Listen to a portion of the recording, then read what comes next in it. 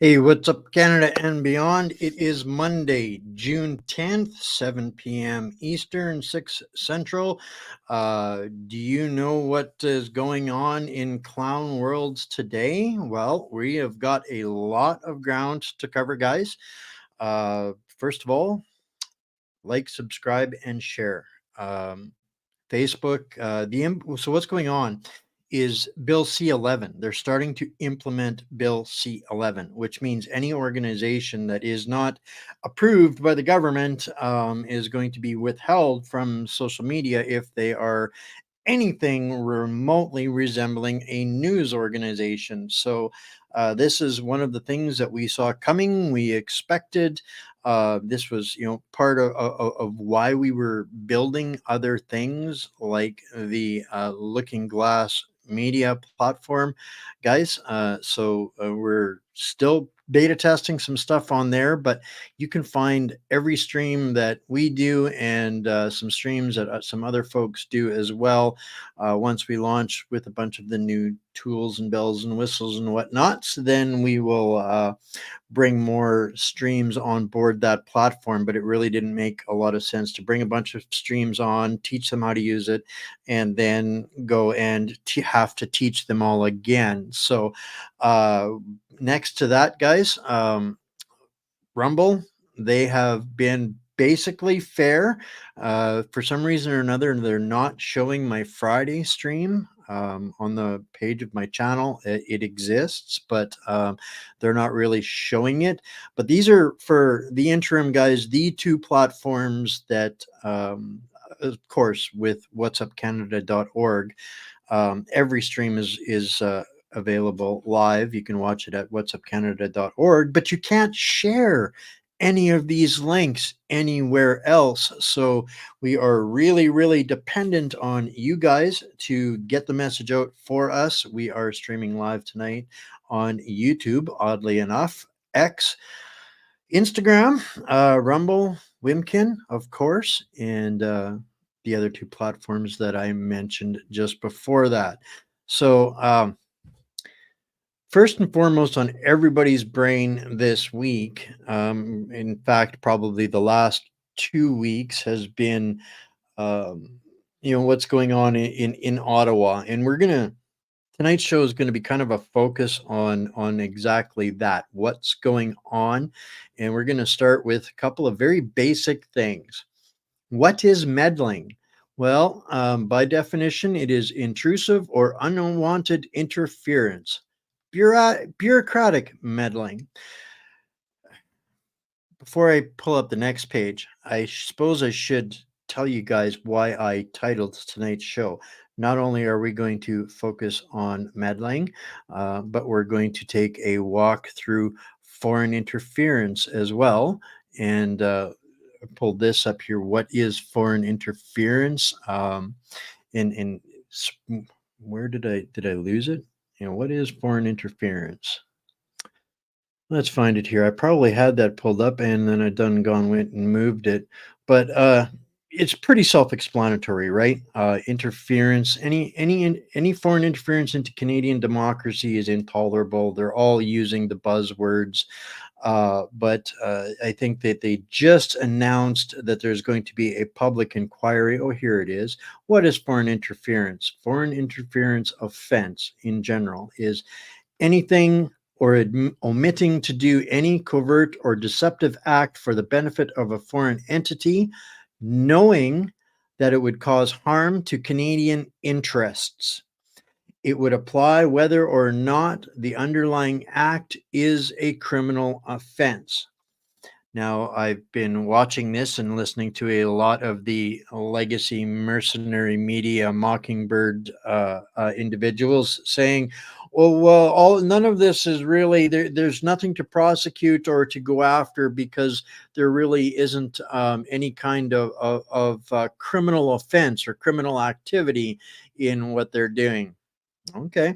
We're going to learn enough tonight to be able to understand that bullshit lie and what they're trying to put over on us. And the last one that we're going to talk about today in depth is what is considered an act of treason.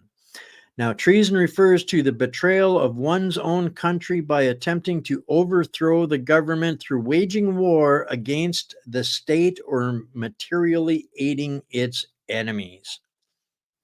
Okay, now that we are clear on all three of these definitions, now we're going to look into, oh, and boys and girls and ladies and gentlemen and grannies and gators, all of the links that I'm going to share with you guys tonight, I will make available in the Substack that will go out in the morning. And this is going to be jam packed. I have got so much to cover for you guys here tonight, and it's all revolving around those three subject matters. So we've looked at what is meddling, what is foreign interference, and what is actually treason.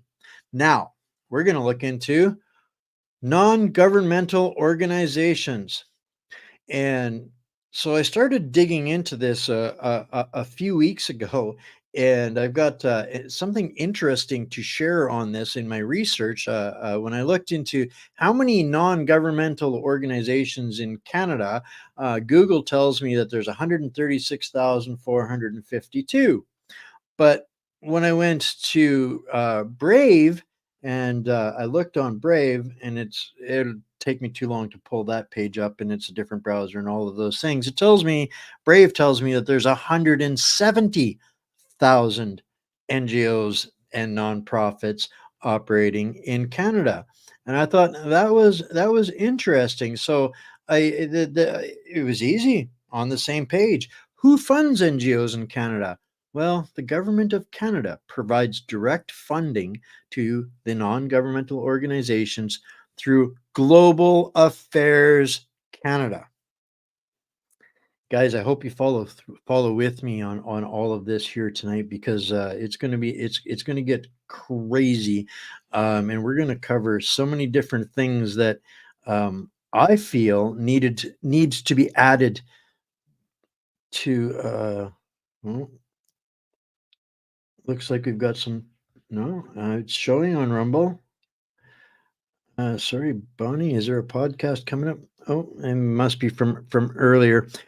Sorry, guys, distracted by a comment. Someone said they couldn't see the podcast, but we are live right now. So back to the stories. Non-governmental organizations, 170,000 of them operating in Canada and being funded by our government through Global Affairs Canada. And we're going to look at some of Canadian policy in different ways and from different times over the last decade. But this is a great little 3-minute video, and it's the only video I'm going to play tonight, guys. I'm going to include links to some other ones that are in-depth exposés on some of the stuff that we're going to cover. But I just wanted you guys to be aware of them. But this one here I'm going to play because it kind of sets up a lot of what's going on with these 170,000 NGOs and whatnot. So 3 branches: legislative, executive, and judicial, that create laws, enforce them, and interpret them. There is also an administrative branch consisting of civil service, private companies, consultants, unions, and special interest groups that handle administrative duties regardless of who is elected. The United Nations works directly with the administrative branch through government employees and public-private partnerships, bypassing government branches and legislative limits to implement its agenda. In Peterborough, we have an NGO called Sustainable Peterborough. This NGO is partly funded by the city to implement and monitor our progress towards the United Nations Sustainable Development Goals. The City of Peterborough also participates in programs administered through the Federation of Canadian Municipalities, FCM, established in 1937 to be a national voice for local governments. In 1994, the FCM released a municipal primer on the United Nations 1992 Conference on Environment and Development.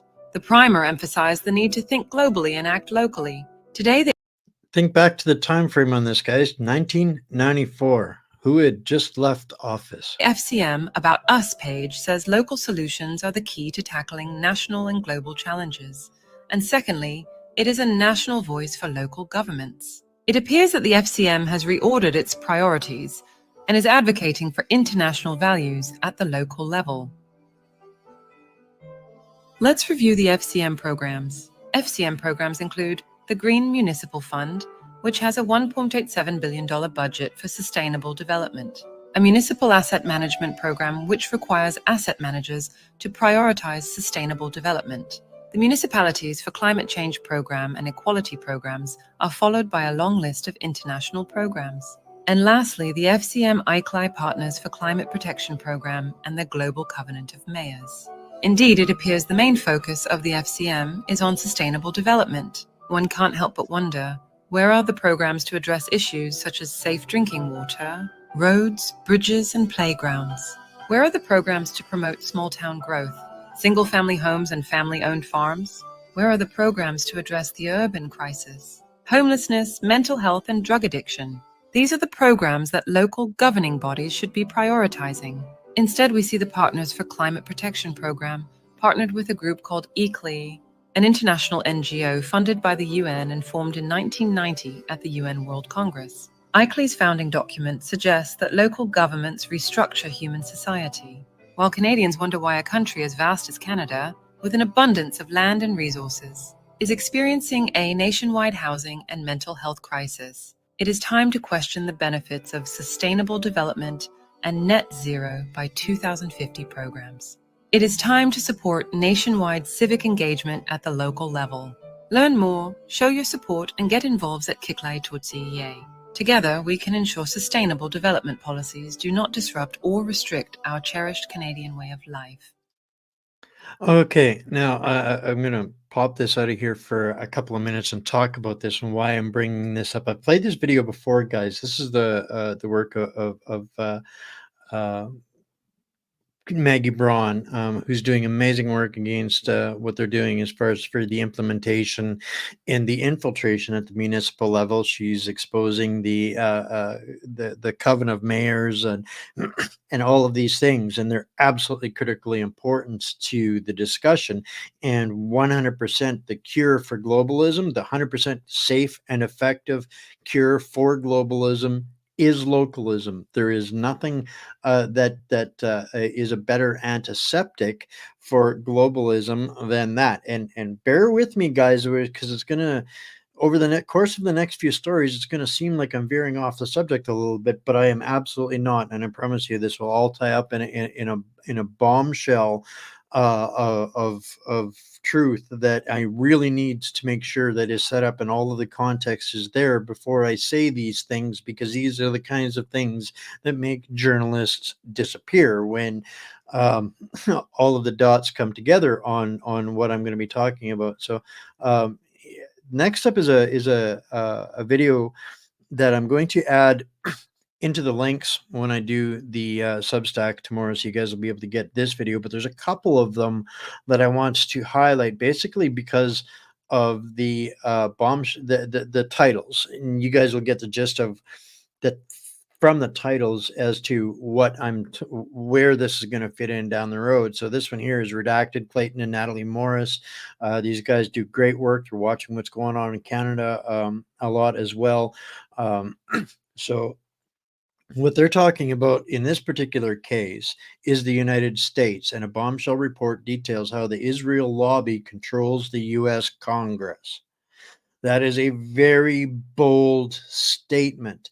A lot of people are wondering what is going on with foreign policy in these nations, that these conflicts that make no sense, and how they're supporting and navigating this, and why they're not de-escalating. Why Ukraine, Russia, uh, Palestine, Israel, all of these things. And we all know that our particular leaders here are muppets.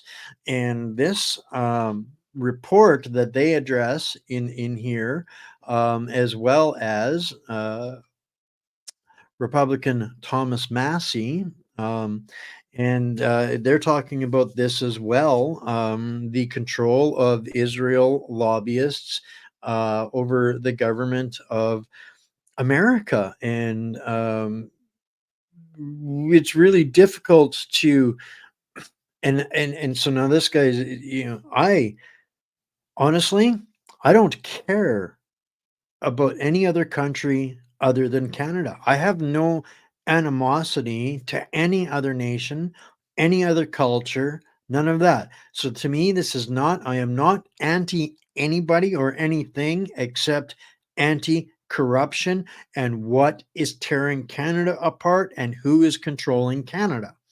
Now, here through these uh, just couple of videos that you guys can absolutely go and watch. Tucker Carlson is a long one, where they're what is it?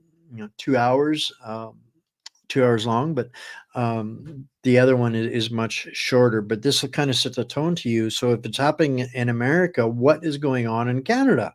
Well, I started to look into this because, and this was kind of the impetus of where I started looking into this a couple of weeks ago, was in um, these other things that I've been looking into. It's the Israeli Allies Caucus, um, which is basically led by Brad Sherman of California, and talking about all of the ways and means that they support Israel.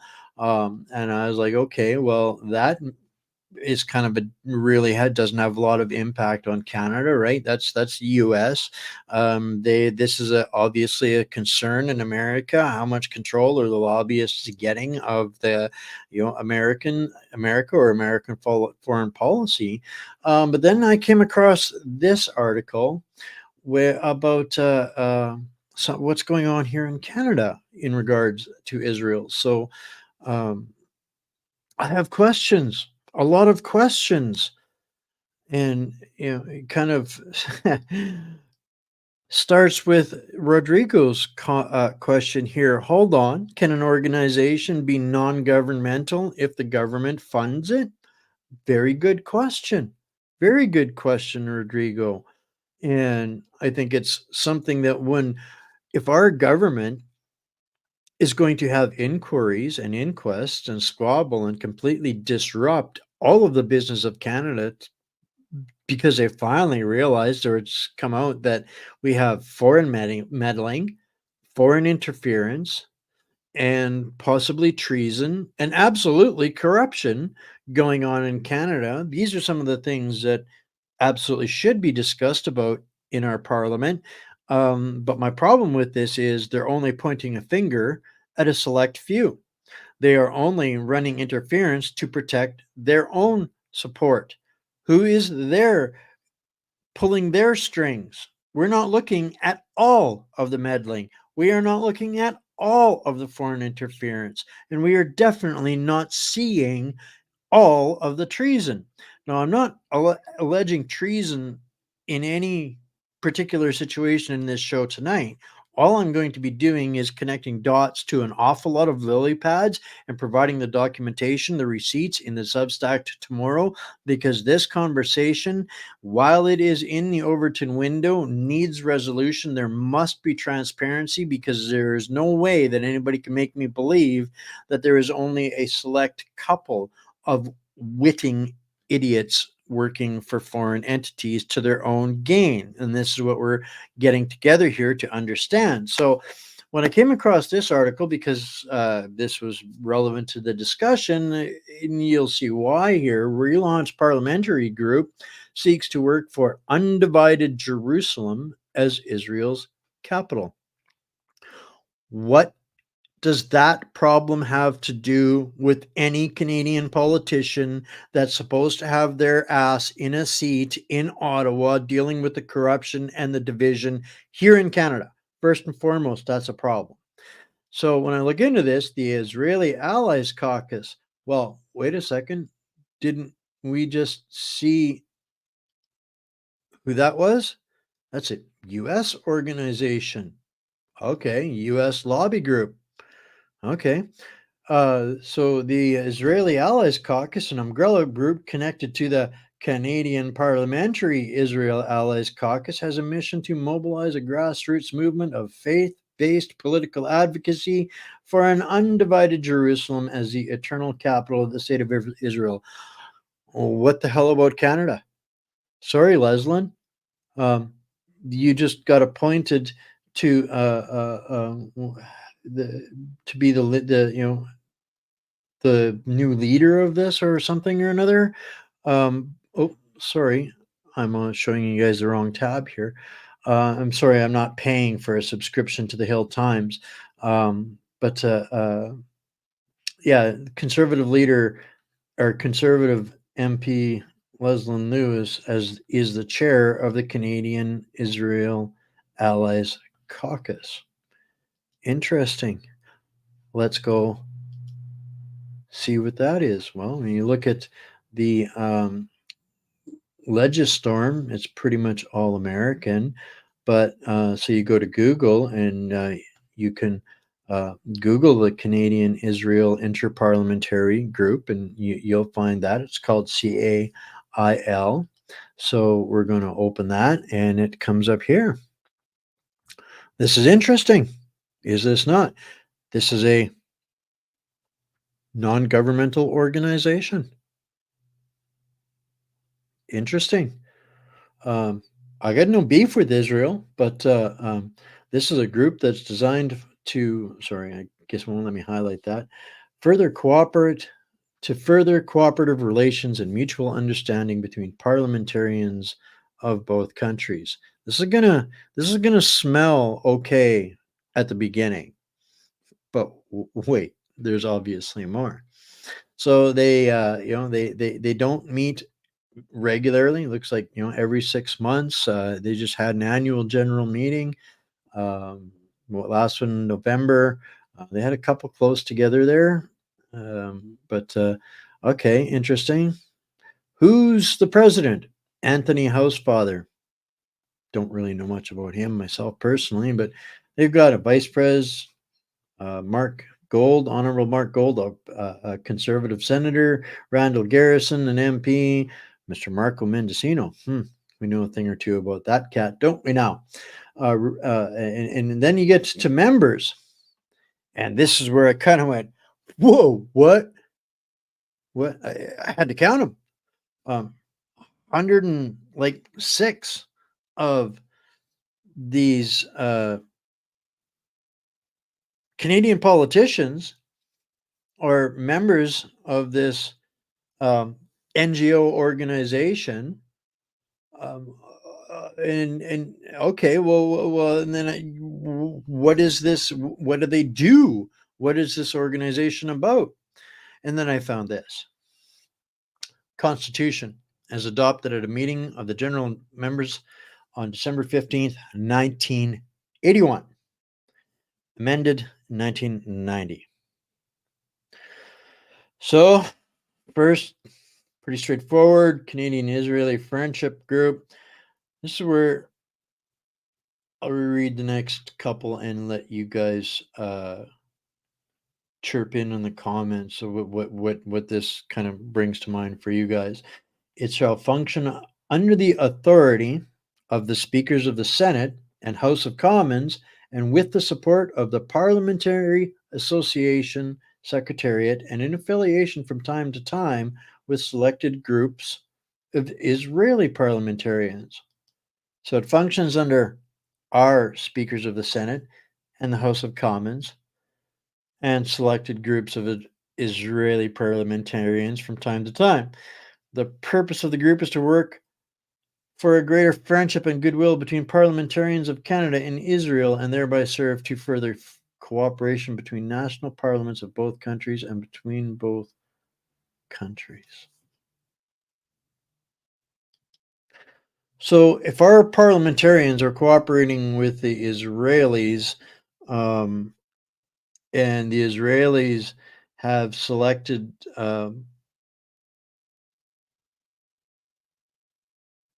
options to address or work directly with over 100 of our elected officials. Does that not qualify as foreign meddling, foreign interference? I'm not alleging treason. I don't know what the heck they're talking about. I don't think we've got any business having them talk to our government. I don't think our representatives elected to represent us should be dealing with foreign problems in our government. I have a problem with this. To me, it's nothing, it's not having a beef with Israel. It's our own government officials that are doing this in lieu of doing what they should be doing for us. So in my travels and researching this, I was looking for, while I was looking to find out what do they actually do, I found this. The groups do not provide a direct line to the governments of other countries and does not create an avenue for Canadian MPs to dictate policies in the friendship countries. So Canada has no say on what goes on in Israel. The work done by each of these friendship groups varies, but is usually limited to opportunities to learn more about each other's countries, host events that celebrate national days or historic moments, and to have conversations with diplomatic representatives. This is not a new problem, folks. This has been going on for a long time. And one of the things I discovered, this has been kind of behind the scenes, under the carpet discussion for more than close to a decade now. In 2020, there was issues with Canadian MPs in the Canadian Israel Interparliamentary Group, and making allegations that they're all taking part in apartheid. And this goes back to 2018. Here's another article. Um, and here again, conflicts of interests creating, whether it's in their country or ours, doing sticking their nose where it doesn't belong, or opening the doors for others to stick their noses where it doesn't belong. And this has been going on for a while. They call it solidarity trips. They're squabbling. Israel isn't very happy, and this is going to be a bit of a bombshell a little bit later on here when we see, we look here in Canada and everybody spews, and this is some of the highlights. And I think why they're protecting each, themselves so much in this, because we have bona fide infiltration in Canada. Klaus has said it himself. The thing he is proudest of most is the infiltration into the cabinets of the countries like Canada, where more than half of the cabinet is represented by young global leaders. Now, anybody that's been following what's been going on in the United Nations for the last decade is aware that the United Nations and Israel have been fighting, and Israel's playing victim. The United Nations seems to be persecuting Israel, and Canada and the U.S. are blindly in our understanding, supporting, no matter what Israel says or does. They give their token objection, and it happens anyway. And we send massive amounts of ammunition to Israel for them to do the things that they're going to do. No, again, like I said, this is not something new that's been going on in Canada. This is just new, and how we're now starting to be able to connect the dots, or the lily pads, to the swamp, to each other in the swamp here. And this again will be in the Substack tomorrow, where people have looked at our government and this unusual relationship between Canada and Israel, in at the foreign policy level. And so this is a 96-page report that dives right into that. And I'm only going to cover the abstract, because it's kind of still relevant to what's going on now. And this is, again, at the end of the day, this isn't about Israel. This is about meddling and foreign interference in Canada, and how long it is going on. And the grand finale of this episode. So hang on to the end for this one, guys. Gonna pop your brains a little bit. Make sure you give this a like and a subscribe and a share. Make sure you're followed on Rumble. But in 2012, Foreign Affairs Minister John Baird stated that Israel has no better friend than Canada. And indeed, an analysis of the voting records of Canada at the United Nations Commission on Human Rights Human Rights Council, Security Council, and the General Assembly reveal a clear political bias in the voting of the Stephen Harper government towards Israel. Everything in Israel's favor. A bias that isolates Canada from most of the international community. Most of the international community doesn't really agree with Canada on that. Okay. Not only is Canada supportive of Israel, but a review of Canada's political and economic relationship with Israel shows that the current relationship is much closer than that of between previous governments. So Canada's never been more friendly with Israel than they are right now, or were with Stephen Harper at the helm. Maybe there's some things that Harper did do, but this shift can be explained in part by this current government's ideological support for Israel, in part by their aspiration to make economic conservatism central to Canadian foreign policy, and as an aspect of their strategy to appeal to the conservative voter base. So this was, Harper playing politics with Israel to appeal to them, and he was looking for their support, so giving them stuff. Okay, promising them forever love. Israel gonna like that, won't they?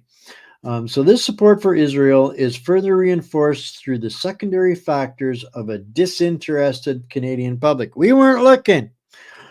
An underlying Orientalist power structure. You mean the one Trudeau Sr. was implementing through his times in office, in his adoration of the basic CCP dictatorship? That Orientalist power structure? Okay. And the influence of the pro-Israeli lobby. So they're trying to build a hybrid here in Canada. Okay, gotcha. Canada's new closeness with Israel is not likely to have any long-lasting implications for Canada's role in the Israel-Palestinian conflict.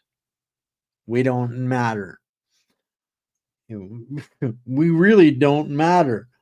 No matter how much they want to virtue signal or how many billions they want to steal from you and send over there, we don't matter. However, it has likely decreased Canadian influence in the Middle East and contributed to a broader Canadian-led cooling of relationships with the international community. Now, why did I want to bring this little part up? I don't think that we understand yet still how the United Nations works. Who controls the United Nations? Who's pulling the strings behind the United Nations? I'm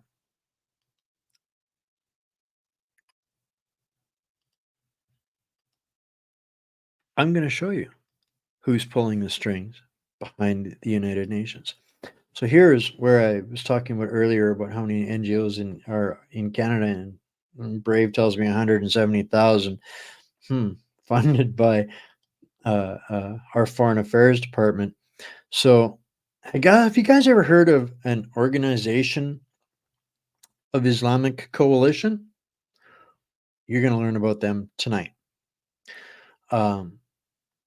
The Organization of Islam, and yes, I'm reading from Wikipedia here on this. You don't have to take this one. I've got a further, more official, link for you guys. You can read up on all of that. But for the sake of expediency in this show tonight, again, it'll all be in the Substack tomorrow morning. Make sure you guys are subscribed to that. By the way, guys, in the show description, wherever you're tuned in from, are the links to the platforms that you need to stay to know if I'm in the gulag or not, because I'll be streaming on those so long as I'm not in the gulag. But what is the Organization of Islamic Cooperation?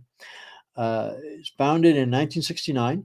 It's an intergovernmental organization that consists of 57 member states, 48 of which are the Muslim majority. The organization claims to be the collective voice of the Muslim world and works to safeguard and protect the interests of the Muslim world in the spirit of promoting international peace and harmony. And here's the official documentation on that.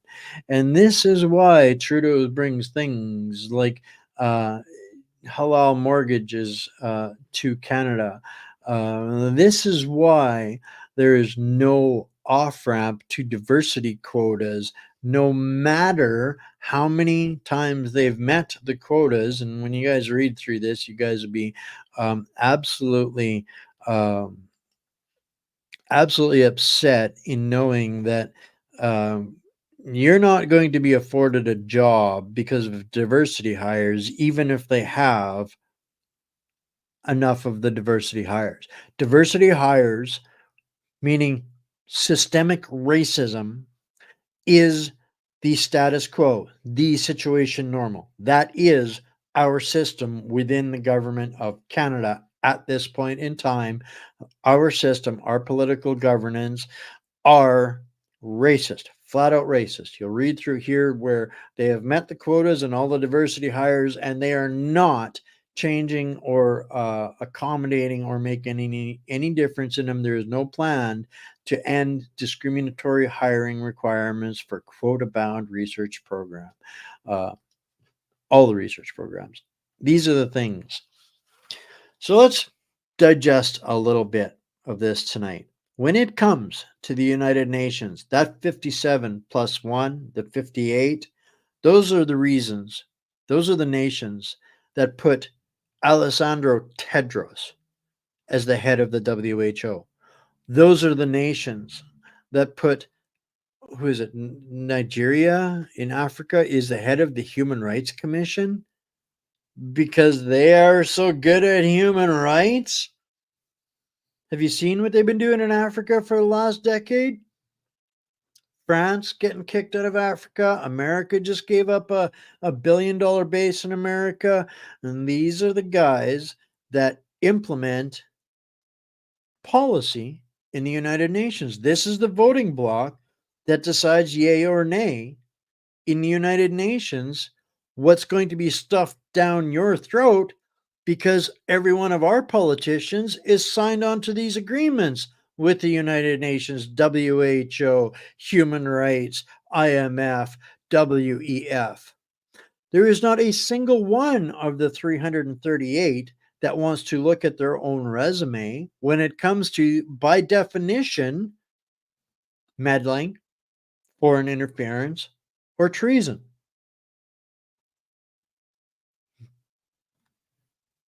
The point of asking for the names of these individuals is almost irrelevant. What we need to be looking at is who are the entities, the nation states, the corporations that are involved with these NGOs, lobbyists, public private partnerships. That's where it ticks the scale from meddling, foreign interference, and treason. And somewhere along that way of all of these organizations, almost every single one of our politicians is going to find themselves on the list. And that goes right down to the municipal level. The strong mayor's coven is foreign interference. That is for meddling and quite likely treason in a lot of cases. So what I'm doing here, guys, is letting you know. Everybody wants to know who's the ones pulling the strings behind the meat muppets. Well, it isn't even just Trudeau or Obama or Biden or Obama. It's the United Nations who this coalition voting bloc is pulling the strings of the United Nations. So this is why they have decided to wage war, and you got to know that these guys wage war forever. That's what jihad is, right? And they don't measure war by a clock or by time or months or days or hours. It's till it's over. So we're literally seeing on a global scale the oligarchs of the West thought they were going to make a one world governance play, and all of a sudden they lost control of the situation. That initial loss of control of the situation was Brexit. That was the first collapse of the cabal. And this is where we're going to kind of tail into some good news to tie all of this back into a little bit of a bow. Over the next week, you're going to be hearing a lot of about the hard shift to the far right in Europe. Let's look at this realistically, guy, and it's like that here. These clowns are all so far left. If they even glance right, they're far right. Anything to the right of their glance is far right at this point. The only difference, the only thing that they have left on their scale of measurement is how much fear they're going to project, how many lies they're going to project, and how squealy they're going to get.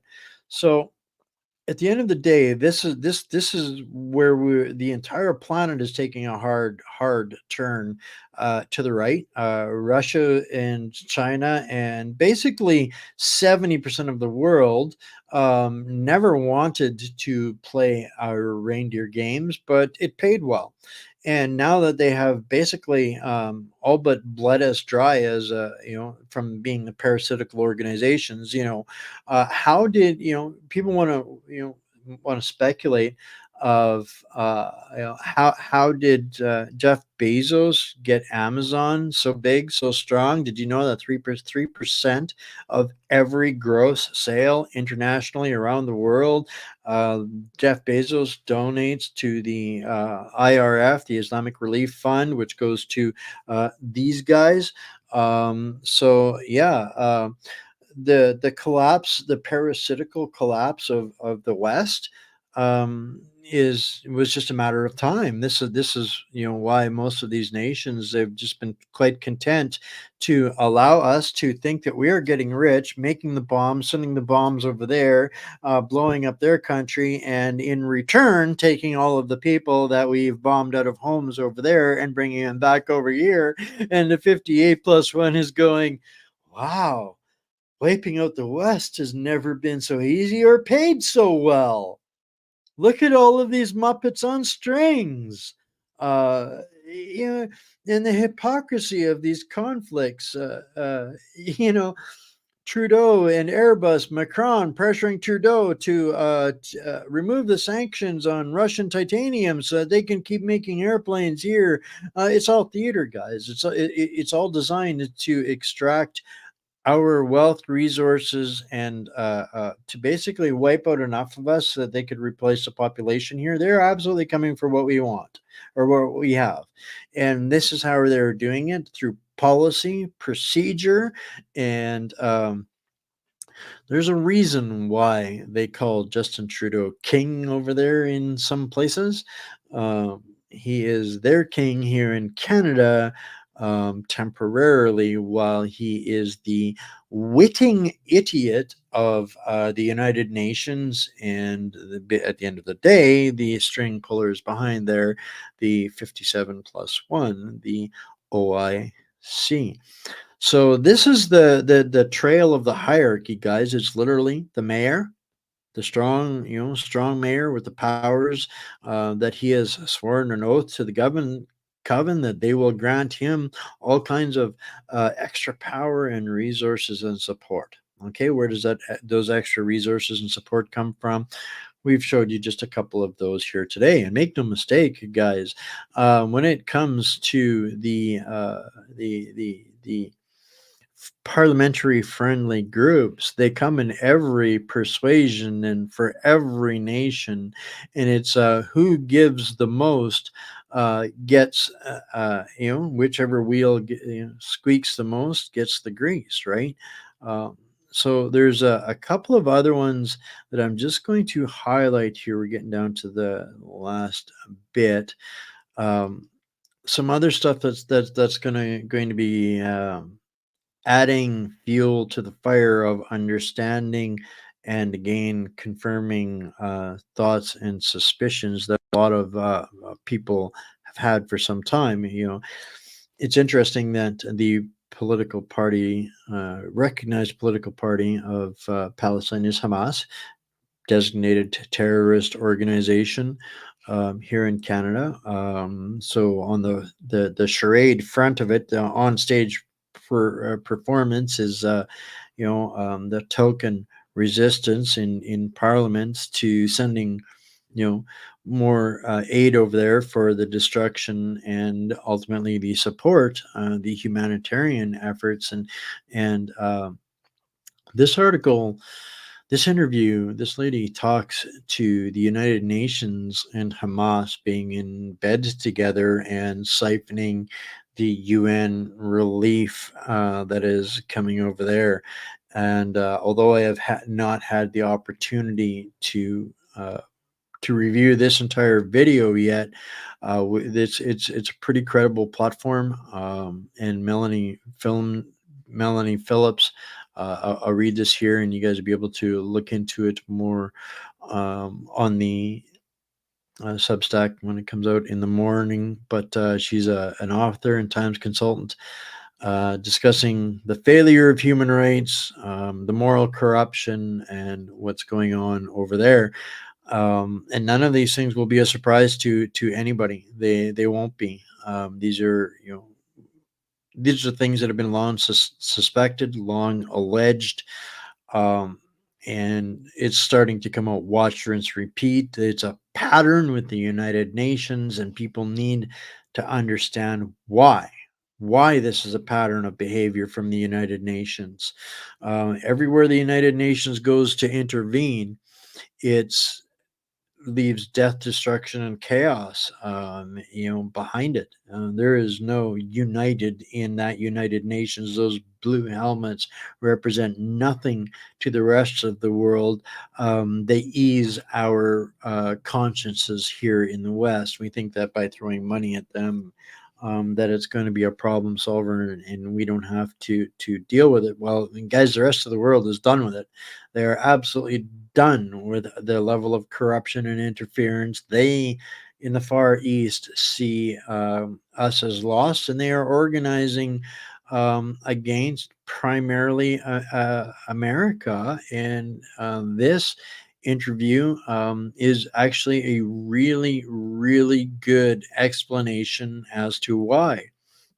We think of warfare and conflict, and beefs that countries have from, tanks and missiles perspective. But some of the things, the control, the chokehold over the world that some of the rest of the world is starting to also have enough of is the dependence on American control of technology.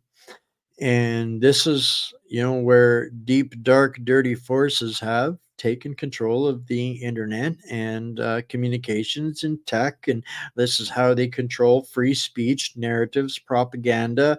They control every software tool, every app. They've got a backdoor into every single person's device. And almost all of this originates out of California. Almost all of this is controlled at some level through Silicon Valley and California.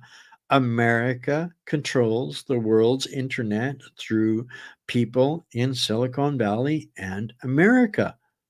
The surveillance state is not just the state of America, it is international, it is global.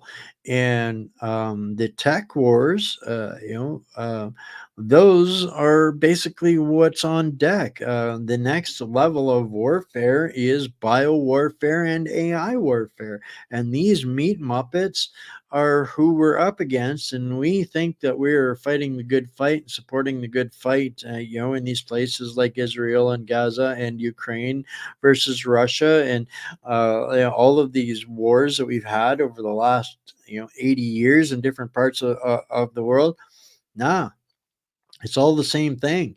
It's all just to keep us running in the same direction so that they know what's going on and they can control what's going on. And the what we've got to watch out now for here in our own nations is our own governments, where it's gotten harder for them to manipulate foreign lands.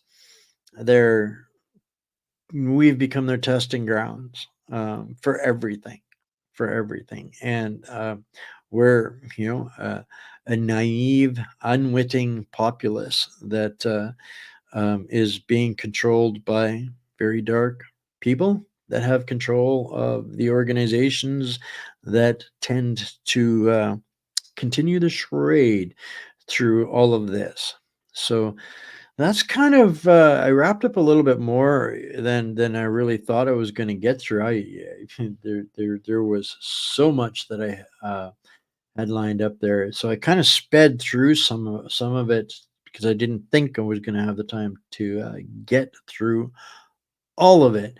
So I guess the last thing on the plate, maybe I should find something to find a place to bring that up. Just a sec here. I'll find one more for everybody, and then I'll let you guys all mosey on. I think a lot of people have got a hockey game in mind tonight. Go Canada, go Oilers. All right, I will pull it up. Okay.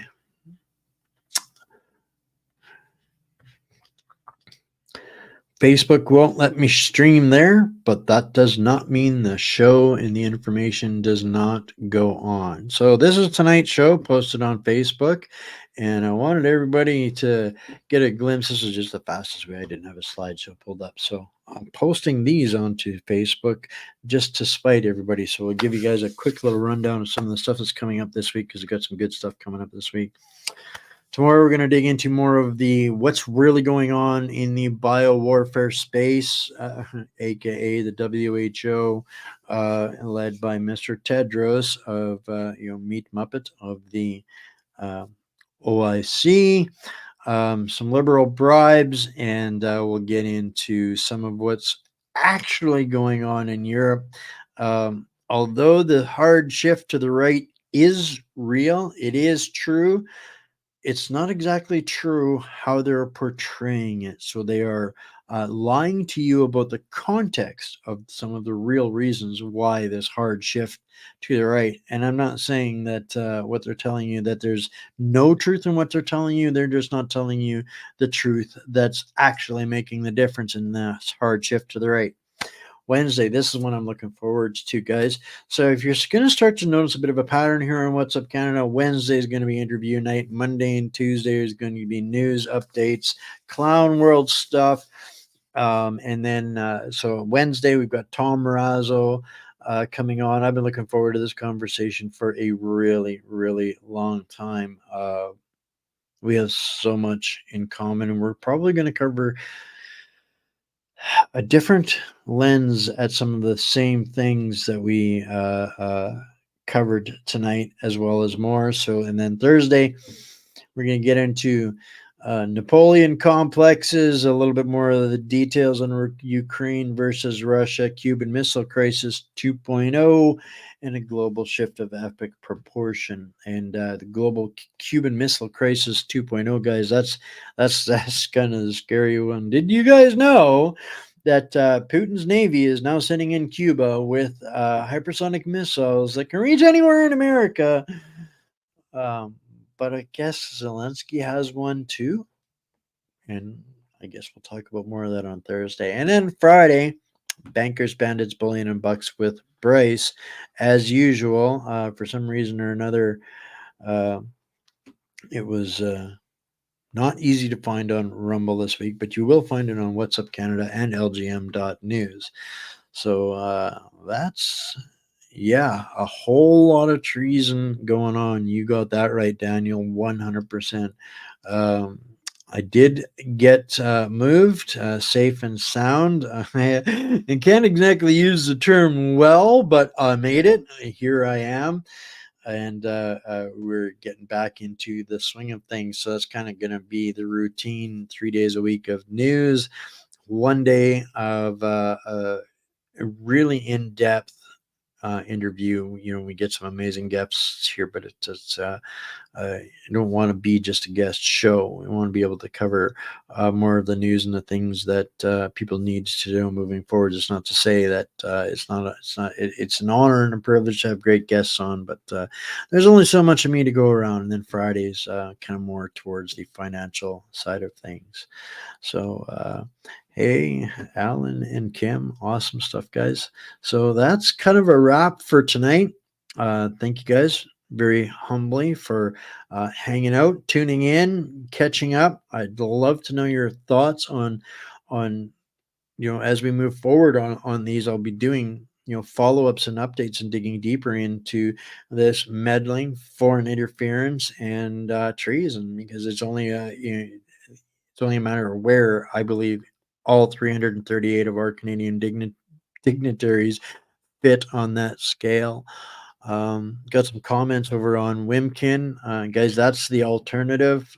Skip Facebook. Facebook is basically dead to me.